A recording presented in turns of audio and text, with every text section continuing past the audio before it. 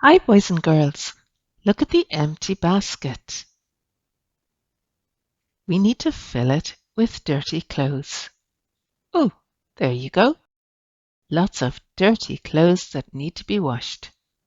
Put the clothes in the washing machine, put in the detergent, run the cycle, and wow, lots of clean clothes.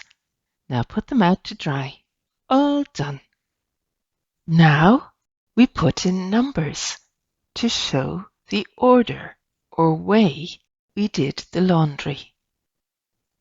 This is called sequencing.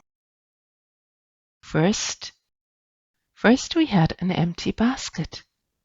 Second or next,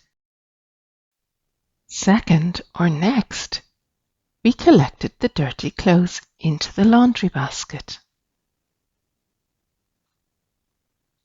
Third, we put the dirty clothes into the washing machine. Fourth, we added detergent to the washing machine. Fifth, we ran the cycle. And then we had lots of clean clothes.